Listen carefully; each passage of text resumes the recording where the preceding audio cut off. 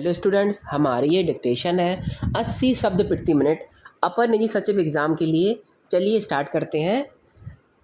जहाँ तक मेरा अपना संबंध है, मैं स्पष्ट भाषा में कहना चाहता हूँ कि ना तो इस प्रकार के भगवान की हमें ज़रूरत है और ना इस प्रकार के भगवान की देन की। हमारे लिए तो वही भगवान आराध्य हो सकता है जिसे हमारे स्वरूप से स्नेह हो। इस प्रकार का भगवान हमें कभी पसंद नहीं है जो इस देश की एकता के लिए एक विदेशी भाषा को देने के रूप में हमें दे।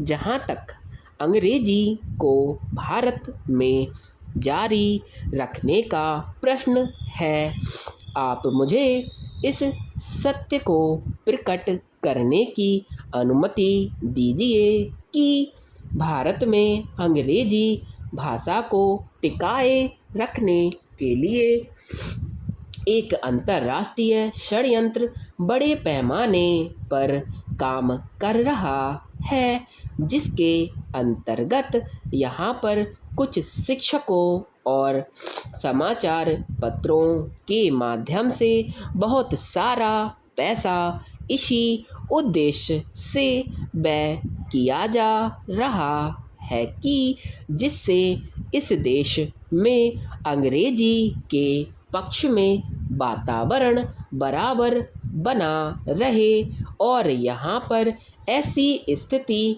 उत्पन्न की जाए कि अंग्रेजी इस देश से ना हटे। हमारे मित्र ने कहा कि दुनिया में जो भारत का रूप गया वह अंग्रेजी के माध्यम से गया, लेकिन वह शायद भूल गए कि हमारे देश के ऋषि और महर्षि भारत के जिस रूप को लेकर गए थे वह रूप कपिल और कणाद ने दिया था। वह अंग्रेजी के द्वारा गुलामी में मिला हुआ रूप नहीं था।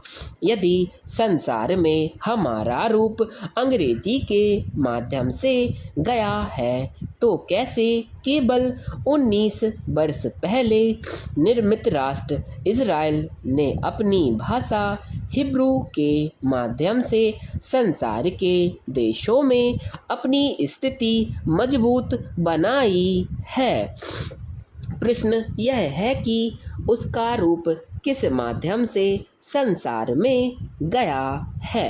जर्मनी और फ्रांस का गलत तथ्य देकर एक विदेशी भाषा का पक्ष लेना समझ में नहीं आता है।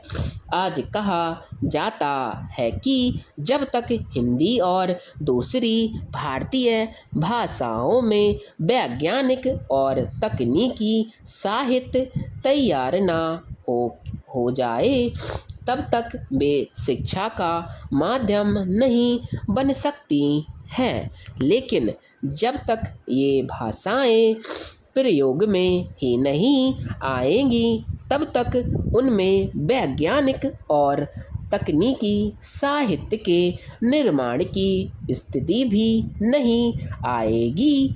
इस प्रकार की बातें कहकर कई साल निकाल दिए गए। अगर ऐसी संदिग्ध स्थिति बनी रही तो देश में ऐसा वातावरण कभी पैदा नहीं हो सकता जब भारतीय भाषाएं शिक्षा का माध्यम बन सकें। भारतीय भाषाएं तभी शिक्षा का माध्यम बन सकेंगी जब उनका प्रयोग हो।